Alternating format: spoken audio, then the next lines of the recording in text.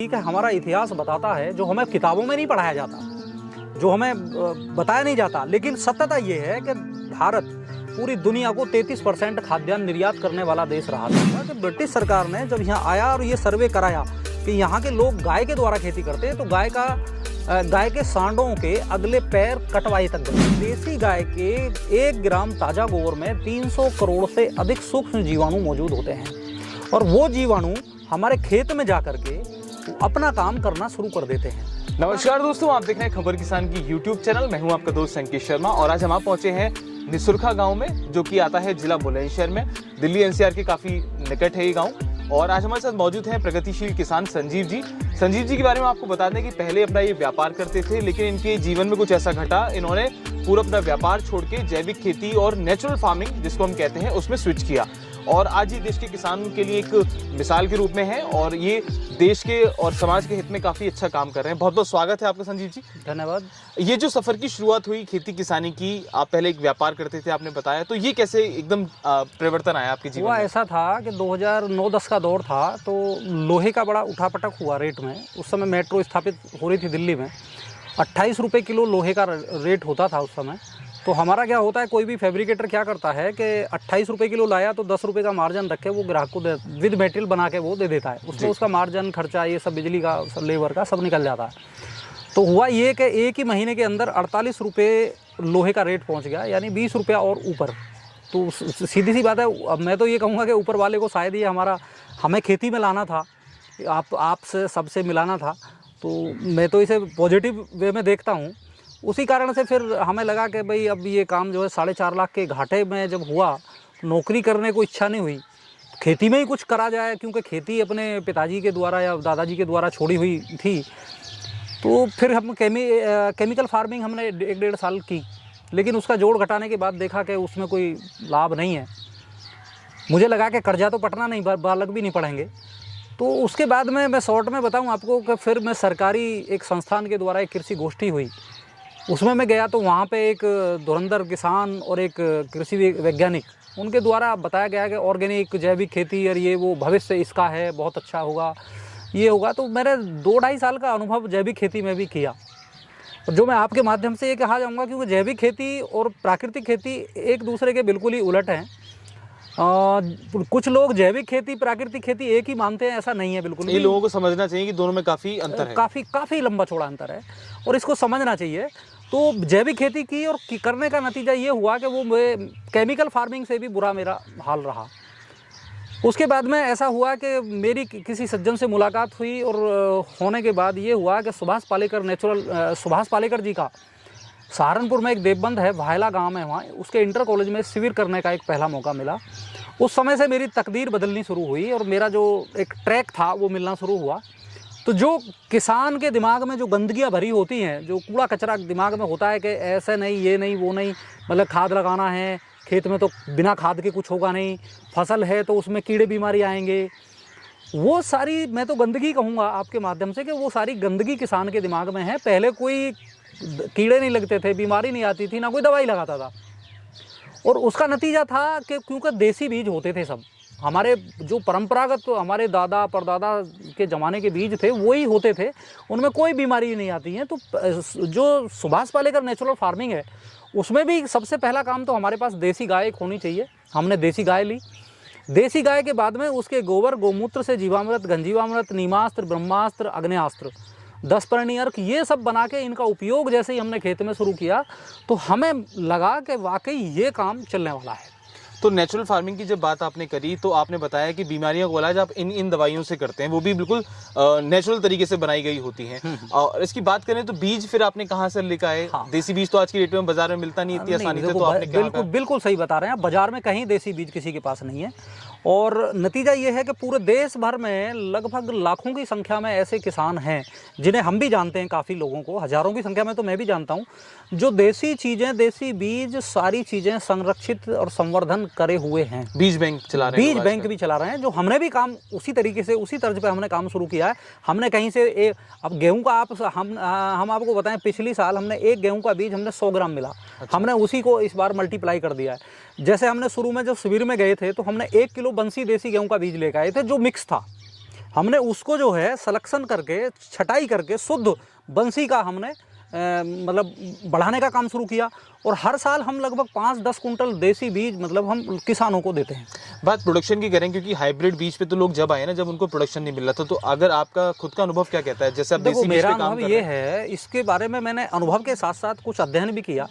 अध्ययन में ये पता चलता है कि पूरे देश में अब से 300 साल पहले अगर भारत की दशा देखें खेती की, तो बहुत बड़ी थी और बहुत चौंकाने वाली थी। और यहाँ तक की थी कि हमारा इतिहास बताता है, जो हमें किताबों में नहीं पढ़ाया जाता, जो हमें बताया नहीं जाता, लेकिन सत्यता ये है कि भारत पूरी दुनिया को 33% खाद्यान्न निर्यात करने वाला देश रहा था।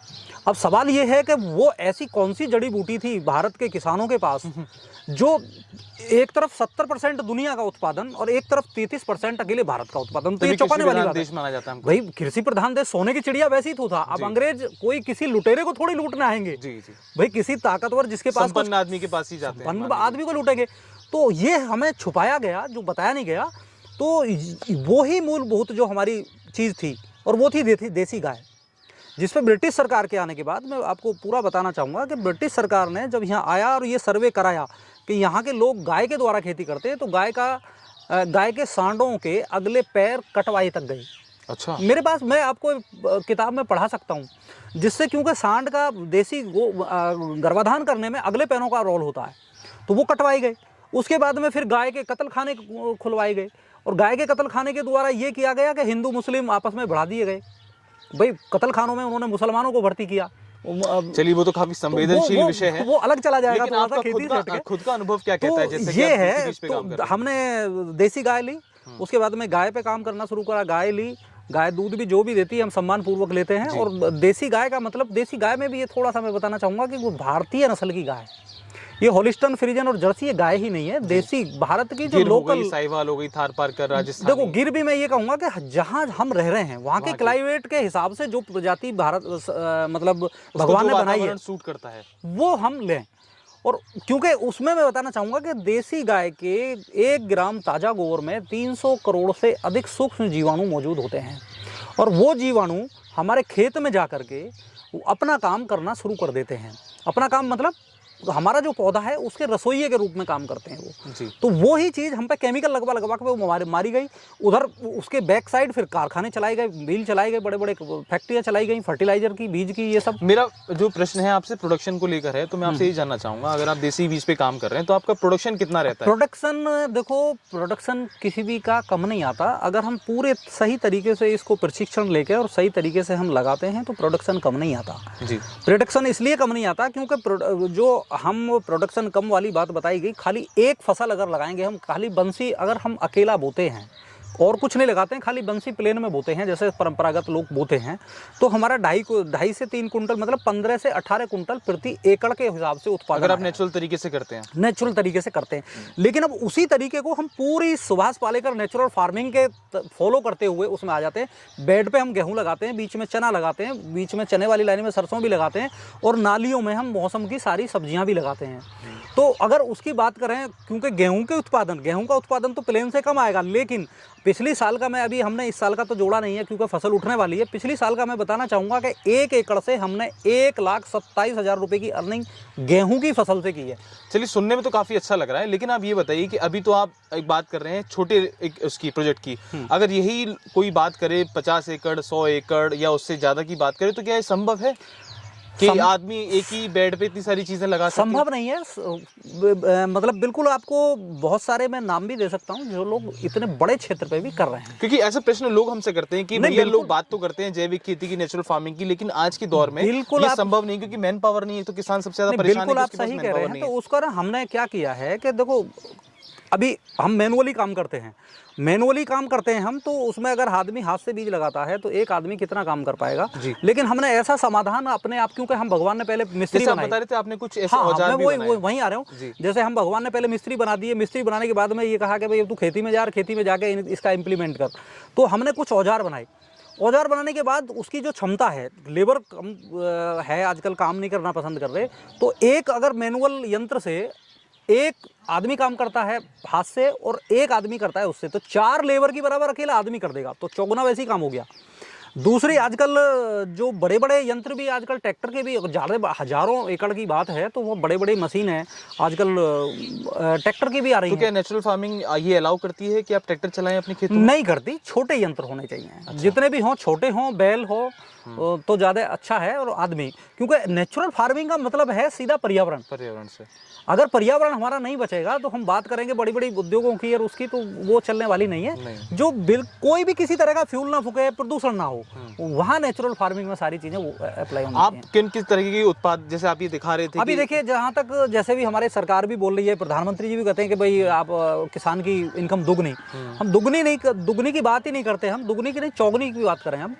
कारण क्या है कि किसान को क्या है कि किसान को सरकार भी चाहती है कि ये रॉ मटेरियल पैदा करता रहे। मेरा ऐसा मानना नहीं है बिल्कुल भी, मेरा यहाँ सरकार के साथ मतभेद है।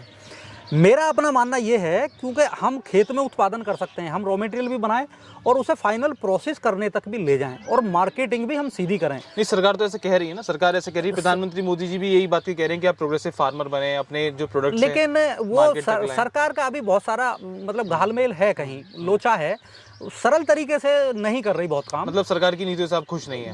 बहुत सारी चीजें मतलब ठीक ठाक नहीं है, जो तालमेल नहीं खा रही, कुछ बना के मतलब अलग तरीके से उन्हें किसान के बीच में लाया जाता है, ग्रास रूट तक, धरातल पर नहीं पहुंच रही है वो चीजें नहीं पहुंचती। अब मुझे माना मेरा बजट नहीं है, मेरा बजट है पुराना कोल्हू लगाने का, मुझे सरकार लाभ नहीं देगी। अब मैं नया लाऊं, पूरी जीएसटी दूं, ये बिल दूं, मतलब वो क्या जरूरत है मुझे कर्ज लेने की? सही बात है। जब मैं बिना कर्ज के छोटा काम शुरू कर सकता हूं तो वो करना चाहिए मुझे। तो उसके बाद में हमने फिर कोल्हू भी लगाया, अपना सारा उत्पादन, गन्ना लगाते हैं, गन्ने का हम गुड़ बनाते हैं। अभी मैं आपको दिखाना चाहूंगा, ये गुड़ और शक्कर। अच्छा, ये गुड़ है हमारे अपने हाथ का बना हुआ है। इसके बारे में भी मैं क्वालिटी बताना चाहूँगा। आपने काफ़ी सारे लोग देखे होंगे गुड़ बनाने वाले भी। तो इस गुड़ में नंबर एक बात तो ये है कि हमारी जो कढ़ाई है जिसमें हम इस गुड़ को बनाते हैं जी, वो हमारी मात्र 94 किलो की कढ़ाई है, और जिसमें हमारा लगभग 50 से 60 किलो गुड़ तक एक ही बार में तैयार करते हैं हम। अच्छा। जबकि परंपरागत जो कोल्हू हैं उनमें एक कढ़ाई का वजन होता है 10 कुंटल तक, 6 कुंटल तक, यानी बहुत हल्का है। यानी होता क्या है, मैं इसमें टेक्निकल चीज़ बताऊं आपको, 118 डिग्री पे गुड़ बनता है। जितनी जल्दी हम 118 डिग्री पे रस को ले जाएंगे उबालते हुए, और 118 से जितनी जल्दी हम ठंडा कर देंगे, यानी क्विक हीटिंग क्विक कूलिंग, जल्दी से गर्म जल्दी से ठंडा कर देंगे, तो बिल्कुल अच्छी क्वालिटी का आएगा। दूसरा, गन्ने में ऑलरेडी आयरन होता है, तो हमारा लोहा भी, कढ़ाया भी लोहे का होता है, तो उसको हम स्पर्श ना करने, यानी हमारे पूर्वज, अभी जो फूड ग्रेड की बात हो रही है, एसएस फूड ग्रेड है, हमने लोहे को ही फूड ग्रेड में कन्वर्ट किया हुआ है।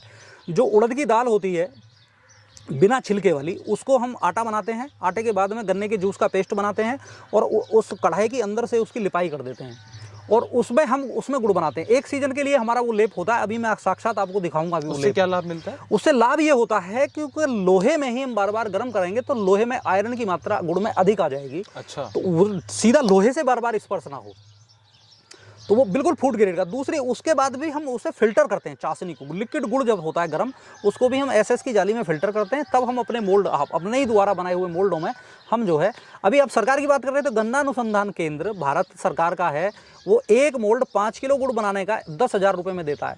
अब मुझे 50-60 किलो गुड़ बनाना है तो 1 लाख रुपये इन्वेस्ट करने चाहिए थे, अभी मैंने वही काम 2500 रुपये में कर लिया। तो सरकार को 1 लाख रुपए, सरकारी किसान के पास पैसा है ही नहीं कि हम 1 लाख रुपए, मतलब हम 1 साल के गुड़ का पैसा तो उन्हें दे दें पहले जी।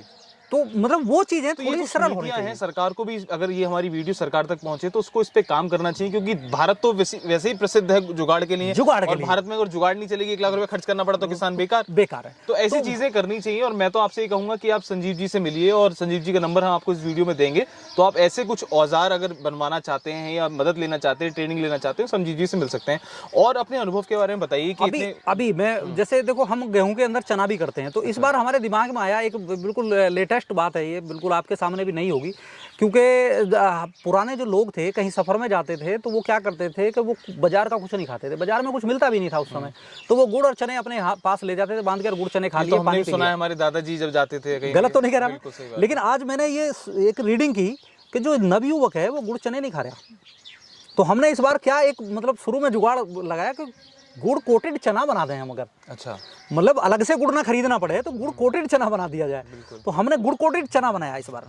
बहुत सुंदर। अब आप इसकी मार्केटिंग वैल्यू देखेंगे, अगर बाजार में हम चना खरीदते हैं तो एक किलो चना, आधा किलो चना 100 रुपये किलो भुना हुआ चना बहुत अच्छी क्वालिटी का मिलता है जी, और इस पे हमने गुड़ चढ़ा दिया, हमारे खेत का चना है, हमारे ही हाथ का गुड़ है और हमने ही अपने हाथ से चढ़ाया है, हमने ही खुद पैकिंग किया है।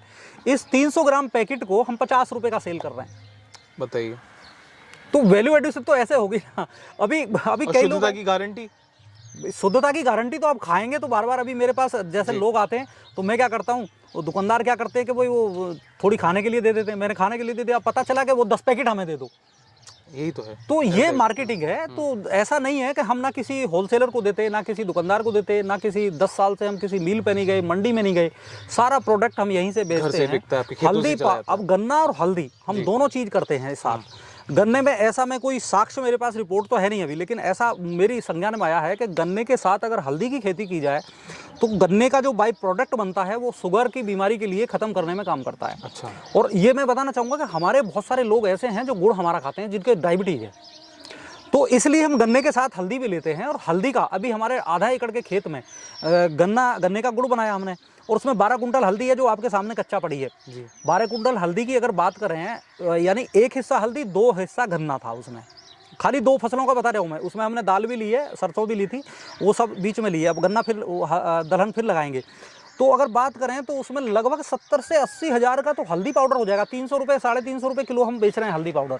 तो बात वही आ गई, किसान को अपनी आय बढ़ानी है तो मल्टी लेयर फार्मिंग, इंटीग्रेटेड। अब जितने की लोग गन्ना कर रहे हैं उतने की तो हमने हल्दी ले ली जी, और गन्ने का जो गुड़ है वो अलग ले लिया हमने।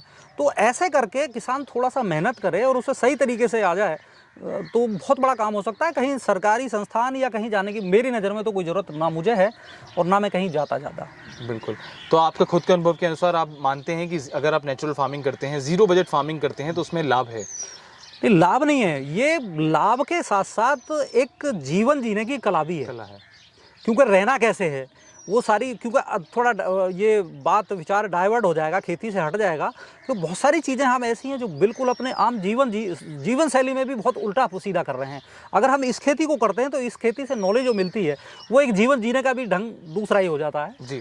देश के युवाओं को क्या संदेश देना चाहेंगे, क्योंकि हमारे चैनल के माध्यम से काफ़ी ऐसे युवा जुड़े हुए हैं जो पूछते हैं हमसे कि कैसे एक प्रोजेक्ट स्टार्ट किया जाए जैविक खेती का, नेचुरल फार्मिंग का, तो उनको क्या संदेश देना चाहेंगे, वो शुरुआत कैसे करें? उस संदेश से पहले मैं एक चीज़ बताना चाहूँगा। ये आपने बहुत काम की बात, मतलब आज की युवा पीढ़ी के साथ ली है। मैं थोड़ा सा आपका टाइम बढ़ाना भी चाहूँगा यहाँ पे, क्योंकि बहुत काम की बात है ये। खेती से ज़्यादा काम की बात ये है कि क्योंकि खेती एक बहुत अच्छा धंधा होता है, था, रहेगा और आगे भी रहने वाला है। क्योंकि हमारे ऋषि मुनियों ने जो कहा है, उत्तम खेती मध्यम बाण निषिद्ध चाकरी भीख निधान। अब मैं आपसे एक बात करूँगा, इस कहावत में ये कहा गया उत्तम खेती उत्तम कार्य खेती। अब मेरा सवाल ये है आपसे कि उत्तम कार्य को करने वाला जो है वो उत्तम होना चाहिए, निकृष्ट होना चाहिए? उत्तम होना चाहिए, स्वाभाविक सी बात है। अब स्वाभाविक बात है, तो मेरा अब सवाल ये है, क्या उत्तम प्रतिभा खेती में लगी हुई है? बिल्कुल नहीं लगी हुई ना। जिसे हम एग्रीकल्चर से PhD कराते हैं, BSc कराते हैं, उसे हम नौकरी पे भेजते हैं, जो सबसे खराब काम माना गया। और जो 10वीं में फेल हो जाता है उसे कहते हैं तू खेती में लग जी। खेती सफल धंधा बन कैसे जाएगा? युवाओं को मैं इस संदेश देना चाहूँगा, क्योंकि इतने कोई भी उत्तम कार्य को उत्तम प्रतिभा नहीं करेगी, इतने वो उत्तम रहने वाला नहीं है, नंबर 1। दूसरी बात ये है कि और आज जो सुभाष पालेकर जी का मैं तो ये आशीर्वाद कहूँगा कि बहुत सारे हमारी चैन में बहुत सारे लोग युवा हैं जो CA हैं, IAS की तैयारी, PCS की तैयारी कर रहे थे। उन्होंने वो सब छोड़ के, लड़की और लड़के सब मतलब खेती में आके कुछ ना कुछ कर रहे हैं। कोई मार्केटिंग में संदेश हमारे युवा भाइयों तक जाना चाहिए, किसानों तक जाना चाहिए जो अपने बच्चों को खेती में लेकर आए। हाँ, तो दूसरा क्या है कि पहले ये होता था कि खेती अगर किसी किसान की है तो वो नौकरी पे अगर लग गया लड़का, मेरे पड़ोस में ही ऐसा हुआ था कि उन्होंने अपने बेटे को बुला लिया घर। हाँ, ये तो हम भी सुनते थे। लेकिन आज उल्टा हो रहा है। आज 100 बीघे का किसान अपने लड़के को 4-5 लाख रुपए चपरासी की नौकरी के लेके फिर रहा है। 20-20 हज़ार चौकीदार की नौकरी कर रहे हो गाँव से। क्या है कि वो खेती अच्छा धंधा नहीं रहा। तो खेती को धंधा अच्छा बनाने के लिए हम यही कहेंगे कि उसमें धंधा अच्छा बनाने वाले लोग लगें जी। जो लोग नए हैं, अच्छा कुछ नया कर सकते हैं। तो अब किसान क्या है, किसान देखो दोपहरी में ताश खेल रहा होगा कहीं ना कहीं, लेकिन हम अपने यहाँ बैठे हैं, कुछ ना कुछ देख रहे हैं, अलग ही सुकून मिल रहा है यहाँ पे, अनुभूति। तो वो सारी चीज़ें जरूरी हैं। हम खेती के साथ मिलकर जीवन जिए, पक्षियों के साथ रहें, अब तो वो सारा कुछ अलग ही आनंद है उसका। और लोग अब तो कृषि पर्यटन में लोग आने शुरू हो गए हैं, एग्री टूरिज्म बहुत चल रहा है, तो इसमें तो बहुत बड़ा स्कोप हो सकता है कहीं भी।